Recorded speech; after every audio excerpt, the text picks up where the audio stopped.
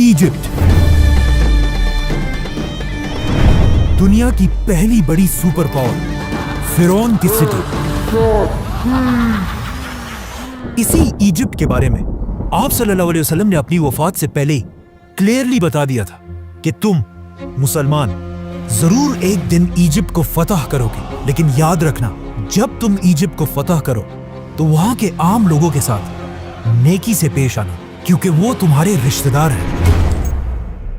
Now آپ صلی اللہ علیہ وسلم کی وفات کے کچھ ہی عرصے بعد مسلمانوں نے عمر بن خطاب کی لیڈرشپ میں رومن اور پرشین امپائر کو ہرا کر ان سے یہ سارے علاقے فتح کر لیے.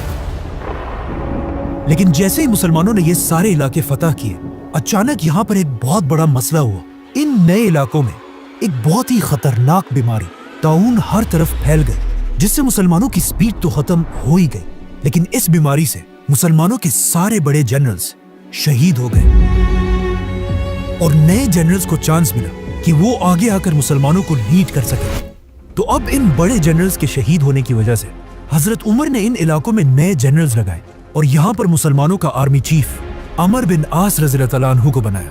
عمر بن عاص کے آرمی چیف بننے کے بعد آہستہ آہستہ یہ بیماری ختم ہو گئی, اور جب حضرت عمر کو مدینہ میں اس کا پتہ چلا تو وہ خود حالات کو کنٹرول کرنے کے لیے مدینہ سے مسلمانوں کی فوج کی طرف گئے. لیکن آف کورس جانے سے پہلے انہوں نے مدینہ اور پورے عرب کا کنٹرول حضرت علی رضی اللہ تعالیٰ عنہ کے حوالے کیا. مطلب آف کورس اگر حضرت عمر کو اس سفر میں کچھ ہو جاتا تو آٹومیٹکلی حضرت علی رضی اللہ تعالیٰ عنہ اس پوری امپائر کے نئے خلیفہ بن جاتے. جیسے ہی حضرت عمر سیریا پہنچے, وہاں ان کی ملاقات نئے آرمی چیف عمر بن عاص سے ہوئی, اور انہوں نے خلیفہ عمر کے سامنے ایک نیا زبردست پلان رکھا کہ اب ہمیں رکنے کے بجائے ایک نئی دنیا کی طرف جانا چاہیے, ایجپٹ. اور ویٹ, ایجپٹ ہی کیوں؟ مسلمان تو رومن امپائر کے کیپٹل کی طرف بھی جا سکتے تھے, کیونکہ ایجپٹ کوئی عام علاقہ نہیں تھا, اور پچھلے ہزاروں سال سے ایجپٹ دنیا کے سب سے رچ علاقوں میں سے ایک تھا, جس کی طاقت کو قرآن میں بھی بار بار ایکسپلین کیا گیا ہے. لیکن آخر ایجپٹ اتنا پاورفل بنا کیسے؟ آج سے 5000 سال پہلے دنیا کے حالات کچھ ایسے تھے کہ دنیا کی سب سے امپورٹنٹ چیز صرف ایک ہی تھی, پانی. اور جس کے پاس دنیا میں سب سے زیادہ پانی ہوتا تھا وہی پوری دنیا پر راج کرتا تھا. اینڈ آف کورس اس زمانے سے لے کر آج تک دنیا کی سب سے بڑی ریور ایجپٹ میں ہی تھی, نائل ریور. اور آہستہ آہستہ اسی دریا کے پانی کی طاقت کی وجہ سے پوری دنیا سے لوگ ایجپٹ میں آ کر آباد ہونے لگے, جس کی وجہ سے ایجپٹ دنیا کا سب سے طاقتور علاقہ بنا, اور یہاں کے لوگ دنیا کے سب سے رچ لوگ بنے. جس کے بعد انہی لوگوں میں سے ایک آدمی کھڑا ہوا, کنگ نارمر, جس نے پورے ایجپٹ کو یونائٹ کر کے یہاں پر دنیا کی سب سے پہلی بادشاہت بنائی. بٹ ویٹ, یہ تو 5000 سال پرانی کہانیاں ہے, تو آج ہمیں اس سب کا کیسے پتہ ہے؟ ان 2 ٹیبلٹس کو غور سے دیکھیں. آج تک آپ نے زندگی میں جتنی بھی ایجپشن رائٹنگز دیکھی ہیں, ان سب میں دنیا کی سب سے پرانی ایجپشن رائٹنگز یہی 2 ٹیبلٹس ہیں, جس میں کنگ نارمر کو کلیئرلی دیکھا جا سکتا ہے. آہستہ آہستہ یہی ایجپشن امپائر طاقتور ہوتی گئی, اور اگلے 1000 سال تک ایجپٹ ہی پوری دنیا پر راج کرتا رہا. 1000 سال تک دنیا کی سپر پاور رہنے کے بعد اب ایجپشن فرعونوں کو یہ بات کنفرم ہو چکی تھی کہ ان سے بڑا اس پورے یونیورس میں کوئی بھی نہیں ہے. جس کے بعد پہلی بار انہوں نے ایک ایسا دعویٰ کیا جو ان سے پہلے کسی نے نہیں کیا تھا. ایجپٹ کے فرعون نے اپنے آپ کو بادشاہ نہیں بلکہ خدا کہا, اور ان فرعونوں نے ایجپٹ میں ایک ایسا ریلیجن بنایا کہ فرعون تو دنیا میں ایک خدا ہے, لیکن تم عوام صرف اور صرف تبھی جنت جا سکتے ہو جب تک تم اپنے خدا فرعون کے غلام رہو, تاکہ کبھی بھی ایجپٹ کے لوگ فرعون کے خلاف بغاوت نہ کر سکے. تو اب پورا ایجپٹ فرعونوں کی عبادت کرنے لگا, لیکن آہستہ آہستہ ان فرعونوں کے ریلیجن میں بھی کچھ چینجز آنے لگی, اور آخر یہاں پر ایک بہت ہی عجیب کانسیپٹ آیا کہ ہر فرعون خدا نہیں ہے, بلکہ صرف وہی فرعون خدا رہے گا جس کا جسم اس کے مرنے کے بعد بھی ہمیشہ کے لیے ٹل دی اینڈ آف ٹائم بالکل ٹھیک ٹھاک رہے. تو اب ان فرعونوں کی آپس میں ایک ریس سٹارٹ ہوئی کہ کون اپنے جسم کو ہمیشہ کے لیے سیف رکھ سکتا ہے. تو اب فرعون اپنے جسموں کے ساتھ ایکسپیریمنٹس کرنے لگے, جس سے دنیا میں پہلی بار ممیز کا کانسیپٹ آیا. تو اب جیسے ہی کوئی فرعون مرتا تھا تو اس زمانے کے سرجنز سب سے پہلے اس فرعون کے جسم سے سارا خون نکال دیتے تھے اور اس کے بعد उस फिरौन की नाक में एक कुंडा, एक हुक डालकर उसके दिमाग को उसके नाक से ही बाहर खींच लेते थे, जिसके बाद उसके जिस्म से सारे ऑर्गन्स, लंग्स, जिगर, गुर्दे सब निकाल लिए जाते थे, लेकिन सिर्फ दिल को बिल्कुल सेफ एक जार में रख दिया जाता था। जिसके बाद इस फिरौन के खाली जिस्म को बहुत ही केयरफुली अगले 40 दिन के लिए पानी में रख दिया जाता था, और इस पानी में एक स्पेशल नमक मिक्स किया जाता था। 40 दिन के बाद फिरौन को निकालकर उसके खाली जिस्म को रेत से भर दिया जाता था, ताकि वो हमेशा के लिए अपने सही शेप में रहे। और फिर फाइनली फिरौन के जिस्म पर तेल और हनी लगाकर उसके जिस्म पर हमेशा के लिए व्हाइट पट्टियां बांधी जाती थी, और फिर उसे एक बहुत ही महंगे ताबूत में बंद कर दिया जाता था। इस ताबूत में फिरौन के जिस्म के साथ साथ खाने पीने की चीजें, बहुत सारा सोना, और मोस्ट इम्पोर्टेंटली उसका दिल उसके साथ दफना दिया जाता था। आहिस्ता आहिस्ता मरने के बाद हर फिरौन अपनी मम्मी बनाने लगा, और ये बिल्कुल एक आम सी बात बन गई। तो अब मरने के बाद खुदा बनने की ये रेस मम्मी से भी आगे निकल गई, और आने वाले नए फिरौन सिर्फ मम्मीज ही नहीं बल्कि अपने मम्मीज के ऊपर बड़ी बड़ी बिल्डिंग्स बनाने लगे, जो पहले पहले तो सिर्फ नॉर्मल बिल्डिंग्स और टेम्पल्स थे, लेकिन आहिस्ता आहिस्ता ये बिल्डिंग्स बड़ी होती गई, और इस तरह दुनिया में पहली बार पिरामिड्स का कॉन्सेप्ट आया।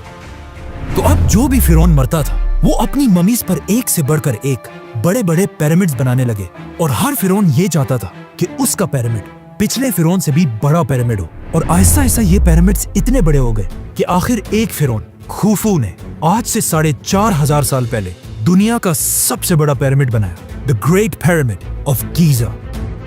जब ये पिरामिड बनाया गया, ये उस जमाने में दुनिया की सबसे बड़ी बिल्डिंग थी, और अगले 3,500 साल तक दुनिया की सबसे बड़ी बिल्डिंग का टाइटल इसी पिरामिड के पास था। लेकिन 3,500 साल बाद आखिर इस पिरामिड का रिकॉर्ड लंदन के इस चर्च ने तोड़ दिया। लेकिन ये चर्च भी ज्यादा अरसा अपनी जगह पर खड़ा नहीं रह सका, और इसके गिरते ही पिरामिड दोबारा दुनिया की सबसे बड़ी बिल्डिंग बनी। लेकिन आने वाले वक्तों में आईफल टावर और बाकी बिल्डिंग्स ने पिरामिड्स का ये रिकॉर्ड तोड़ दिया। आज दुनिया की सबसे बड़ी बिल्डिंग बुर्जुल खलीफा है, वी ऑल नो दैट, जिसकी हाइट तो सबसे ज्यादा है, लेकिन वजन के हिसाब से अगर 12 बुर्ज खलीफा को मिला लिया जाए तब भी ये एक पिरामिड ज्यादा भारी है। मतलब ये पिरामिड इतना बड़ा है कि इस पिरामिड के अंदर 2000 बड़ी बड़ी ट्रक्स आसानी से पार्क की जा सकती हैं। नाउ सारे फिरौन ये पिरामिड्स तो बना ही रहे थे, लेकिन इन पिरामिड्स को बनाते हुए उन्हें इस बात का पता नहीं चला कि इनको बनाने के लिए बहुत ज्यादा पैसा खर्च होता था। इसीलिए ये पिरामिड आज दुनिया का सबसे बड़ा पिरामिड है, और इस पिरामिड के बाद आने वाले पिरामिड्स का साइज आहिस्ता आहिस्ता छोटा होने लगा। और सिर्फ पिरामिड्स ही नहीं बल्कि इन पिरामिड्स की वजह से पूरी इजिप्ट की इकोनॉमी भी कमजोर होने लगी, और हजारों साल में पहली दफा ऐसा लग रहा था कि फाइनली इजिप्ट अपने सुपर पावर होने का टाइटल खो देगा। जैसे इजिप्ट की इकोनॉमी बहुत ही कमजोर हुई, ये एग्जैक्टली वही टाइम था जब मिस्र के बाजार में एक छोटा सा बच्चा गुलाम बनाकर बेचा जा रहा था। लेकिन ये बच्चा बाकी सारे बच्चों से बिल्कुल डिफरेंट था, मतलब उस जैसा खूबसूरत वहाँ कोई भी नहीं था, जिसकी वजह से इस बच्चे को मिस्र के एक बहुत ही पावरफुल मिनिस्टर ने अडॉप्ट कर लिया, और फिर आगे जाकर यही गुलाम बच्चा यूसुफ अलैहिस्सलाम पूरे इजिप्ट का प्राइम मिनिस्टर बना। यूसुफ अलैहिस्सलाम ने बादशाह के साथ मिलकर इजिप्ट की पूरी इकोनॉमी को कंट्रोल किया, और वो इजिप्ट जो इससे पहले बिल्कुल टूटने वाला था, दोबारा उसे एक सुपर पावर बनाया। लेकिन उनकी वफात के बाद यूसुफ अलैहिस्सलाम और उनके भाइयों की औलाद बनी इसराइल यही इजिप्ट में रहने लगे, और कुछ ही अरसे में इजिप्ट के सबसे पावरफुल लोग बन गए। लेकिन जैसे ही बनी इसराइल अपनी ताकत की पीक तक पहुंचे, अचानक इजिप्ट में दो बड़ी ताकतों के दरमियान एक बहुत बड़ी जंग शुरू हुई, जिसमें एक नए फिरौन ने आकर पुराने खानदान को खत्म कर दिया और इजिप्ट में एक नई बादशाहत बनाई। इस नए फिरौन ने इजिप्ट के पुराने सारे रूल्स को तोड़कर एक नया निजाम बनाया, जिसमें सबसे इम्पोर्टेंट रूल ये था कि आज के बाद बाहर से आए हुए लोगों को इजिप्ट में बिल्कुल भी बर्दाश्त नहीं किया जाएगा। जिसके बाद ऑफ कोर्स बनी इसराइल पर इजिप्ट में बहुत सख्त जुल्म किया जाने लगा, जिस तरह आज भी अमेरिका के नए सदर डोनाल्ड ट्रंप ने आते ही I will declare a national emergency at our southern border. बिल्कुल उसी तरह अमेरिका से इमिग्रेंट्स को निकालने का प्लान बनाया है। अब इजिप्ट के सारे बनी इसराइल को नए फिरौन ने आते ही बनी इसराइल के सारे कारोबार बंद कर दिए और उन्हें अपना गुलाम बना दिया, और इसी तरह अगले 400 साल तक बनी इसराइल इजिप्ट के लोगों के गुलाम रहे। लेकिन इन 400 सालों में बनी इसराइल के दिलों में सिर्फ एक ही उम्मीद थी कि एक दिन जरूर उनका एक पैगंबर आएगा जो उन्हें इस सख्त गुलामी से निकालकर आजाद कर देगा।